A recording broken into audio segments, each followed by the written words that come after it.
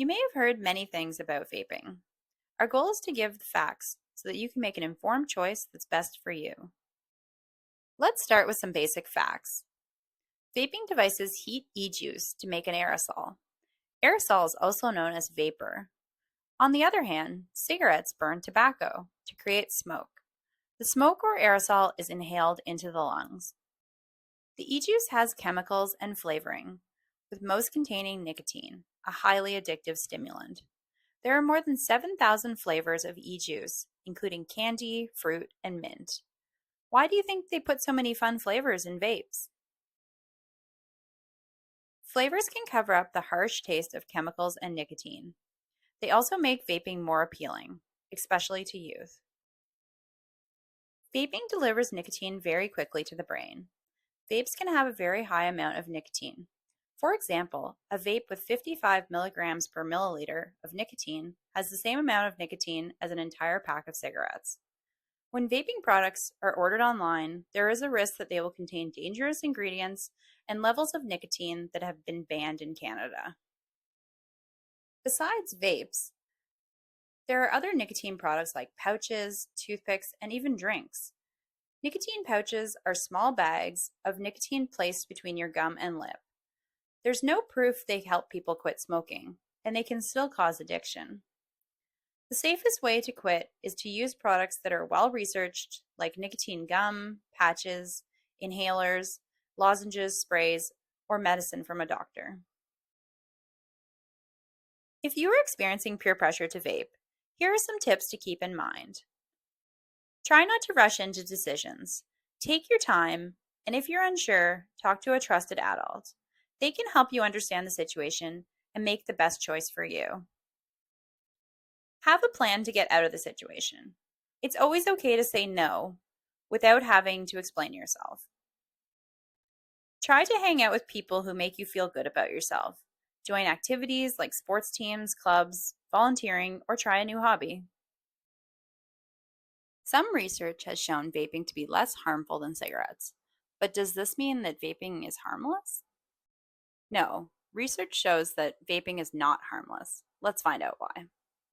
The vapor can include nicotine, as well as volatile organic compounds, or VOCs, which are ingredients found in paint and gasoline. VOCs are known to cause cancer. The vapor also contains very tiny particles that can cause damage by going deep into your lungs and heavy metals such as lead. Research shows that teens who vape often have more lung problems like coughing, phlegm, and swollen airways.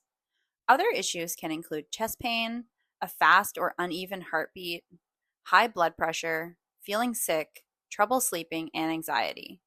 Over time, vaping can raise the risk of getting long-term heart and lung diseases, as well as asthma.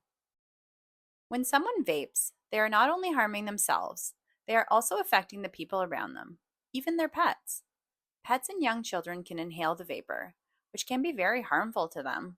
People with lung conditions, such as asthma, can be highly sensitive to the vapor. Let's hear some stories on how vaping has affected the physical health of youth. Before I started vaping, I was very into like sports and things like that. So I would go swimming and I'd do running and I'd like cycle and everything. And I feel like before vaping, my lung capacity was much better, obviously. And then after vaping, I would feel fatigued easier. And then I would get shortness of breath and maybe like my chest would start expanding a little bit more than usual. And I just felt like tired because of, I guess, vaping and things like that. I believe it definitely has affected how I breathe and, my lungs and stuff. They're not as good as they used to be. I used to be able to like talk full sentences, and now I have to take more breaths in between because I can't hold as much air in my lungs to keep going. I find that vaping makes me cough a lot more and it irritates my lungs. I can't breathe very well.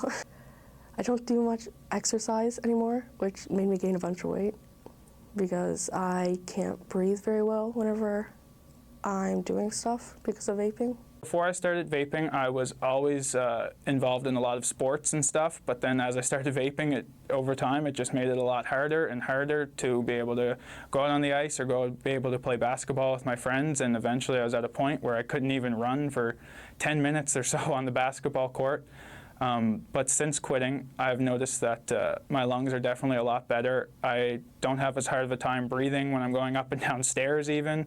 I'm able to take my dogs out on long walks and it not be an issue for me. At first, it didn't really affect me in a way that I realized, and then the more and more I was vaping more heavily, I started to realize that I couldn't go without it and I would crave it. And then it started to affect my lungs, where I saw that I had less energy and I couldn't breathe very well, and then I needed a puffer. Did you know the brain is still developing up to the age of 25? Using nicotine before age 25 can change how your brain works and make you get addicted faster. This makes it much harder to stop vaping. Nicotine can negatively affect your mental health, memory, concentration, and mood, making it harder to learn and focus. Let's hear from our youth about their experiences with vape use and mental health. I find that vaping has affected my mental health in the way that I would be freaking out without it, and it was something so meaningless, yet I felt like I couldn't go without it, and I would freak out if I didn't have my vape. It would also dampen my mood if I couldn't get a vape rip, and if I couldn't afford it, I would be angry, and then it just brought my self-confidence down because I felt like it was an addiction that I wanted to hide, and it really brought my self-confidence down. I found that I thought that vaping could be a method to calm myself and rid me of some of my anxiety, but the only thing it did was make it worse in the long run, because the more I depended on the nicotine, the more I got anxious, and the more I started realizing that, if anything, is just making my anxiety worse. But I was too far gone and too addicted to make a change and change it up and decide, hey, this is really not good for me. And I kept going and kept using it. And once I finally stopped, I found that my mental health got so much better, and I wasn't as anxious, and I wasn't depending on something, and my symptoms of my anxiety were severely brought down, and I was feeling a lot better about myself. And if there's anything, the only thing nicotine does is make your anxiety and depression worse. So vaping has affected my mental health. When I was still vaping, it was pretty negative. I found that, again, I was unable to ever be able to deal with my anxieties or stresses and face them head on. I would always just turn to the vape as an escape, kind of, I guess. I'm digging through drawers, trying to find a charger, trying to smoke like empty pods with nothing in them. Then I'm either manic cleaning or trying to occupy myself so that I'm not thinking about the fact that I want to vape. I need to keep busy. I can't just relax. I need to be doing something at all times. I can't just sit down and watch TV. I need to keep busy so that I'm not thinking about the fact that I want to vape right now. Now we are going to clear up some common myths. Vaping is relaxing and helps me when I am stressed out. Even though many people think nicotine helps them relax, it can actually make anxiety and stress worse. Instead, try healthy ways to cope, like going for a walk or talking to someone you trust about your feelings. I only vape with friends. I won't become addicted. I can stop anytime. This is how many people become addicted to nicotine. Even vaping occasionally is enough to cause your brain to want more. Vaping might cost more than you expect. On average, vaping costs approximately $36 per week, or $160 per month, or $1,900 per year. Let's hear from some youth and what they have to say about the cost of vaping. Money-wise, are you going to buy gas and groceries when you're out of school, or are you going to be spending them on vape pods and vape juice? That's kind of what it comes down to with me almost. I'm like, oh shoot, I gotta get some pods, but I should probably fill my car. it's just not worth it. I've spent a lot more money on this than I ever want to spend on anything. Like over 4 years, I can easily say I've spent at least $2,000 a year on this. So when I think back on how much money I've spent on vapes, I am very disappointed in myself. If I think about $50 or so for every week for 3 years almost, I probably could have afforded a car or a down payment on a house if I would have just put that into a bank account and saved it. I would spend around $20 to $30 every 2 weeks on vaping. When I think of how much money I spent on vaping, it makes me very embarrassed because that's a lot of money that I put towards something that brought me nothing but problems in the future. So I would love to get that money back someday, and I do not recommend starting it. Did you know 13% of Netflix shows contain vaping, including shows made for youth? Vaping advertisements are usually not obvious, but the tobacco industry will pay influencers to show their vape on social media, on platforms like Instagram or TikTok. It's important to know that traditional tobacco used in many indigenous cultures is different from the tobacco in cigarettes. Traditional tobacco is used in special ways, such as ceremonies, and is planted, grown, harvested, and prepared and used in different ways than the tobacco used in cigarettes. Addiction is very difficult to deal with. There is always help available. Talk to a trusted adult or healthcare provider if you or someone you know is looking for help to stop smoking or vaping. As you have just learned, vaping affects your health, causes addiction, and costs a lot of money. Every day, more information is coming out about the effects of vaping. As vaping is still quite new, the long-term effects are still being discovered. If you remember anything from this presentation, we would like you to remember that vaping is not harmless. It can become an addiction that can cause serious damage to your lungs, your brain, and your future. To finish up this presentation, let's watch our animation video that demonstrates the connection between vaping and mental health.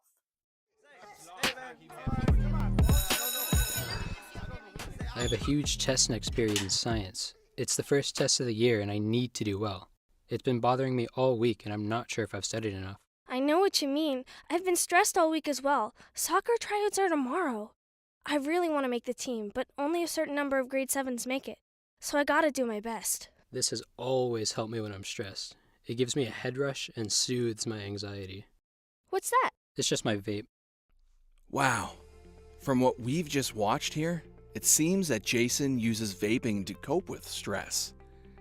This is what we call an unhealthy coping strategy. Over time, vaping can cause more stress. Research shows that nicotine is dangerous for developing brains, including making the brain more susceptible to addiction. It has also been shown that vaping can worsen your mental health and affect a person's ability to concentrate, learn, and make decisions. Let's see where Olivia goes. Do you want a hit of my vape? No, I'm good, but thanks. Are you sure? Yeah, I'm okay. Come on, it's not gonna hurt you. Just try it. Actually, yeah, sure. Many youth begin to vape due to peer pressure. Alyssa's idea that vaping is harmless is not true. Vaping is harmful to our bodies and brains. It has been shown that vaping can affect a person's ability to concentrate, learn, and make decisions. Since vaping is fairly new, only being created in 2003, these are only the short-term effects that we're seeing, and the long-term effects are still being studied. So, despite what Alyssa tells Olivia, vaping is not harmless. Let's see what happens next. Come on! Where is it? I had it like 5 seconds ago! Ugh! Hello? Olivia, where are you? Our game starts any minute and we need you here. Oh my gosh! I totally forgot about the soccer game. I'll be right there. I've been so busy trying to look for my vape, I totally forgot about the soccer game, and now I'm letting my whole team down. How could I let it get this bad? Since beginning to vape, Olivia has become more stressed and is dealing with increased anxiety. It's beginning to occupy her brain more than the things she loves, like soccer. Studies show that 60% of nicotine vapors reported symptoms of anxiety. It's also been shown that quitting nicotine has been associated with lower levels of anxiety, depression, and stress. Although Olivia started vaping as a quick fix for stress, the longer she continues to do it, the less control and heightened anxiety she feels. Olivia, why were you late to the game? I'm sorry, Coach. If I'm being honest, in the past month, I've started vaping to deal with my stress. I think I'm becoming addicted, and it's causing a lot of problems in my life. I feel more anxious than I ever did before, and I'm not sure how to stop. I know quitting won't be easy, but I want to feel in control of my life again. I'm glad you came to me. I've noticed changes in your behavior, and I'm worried about you. There's support available so you can stop vaping and help manage stress in healthier ways. Thanks, Coach. Olivia took an important step towards stopping vaping by talking to someone in her life she trusts about her addiction.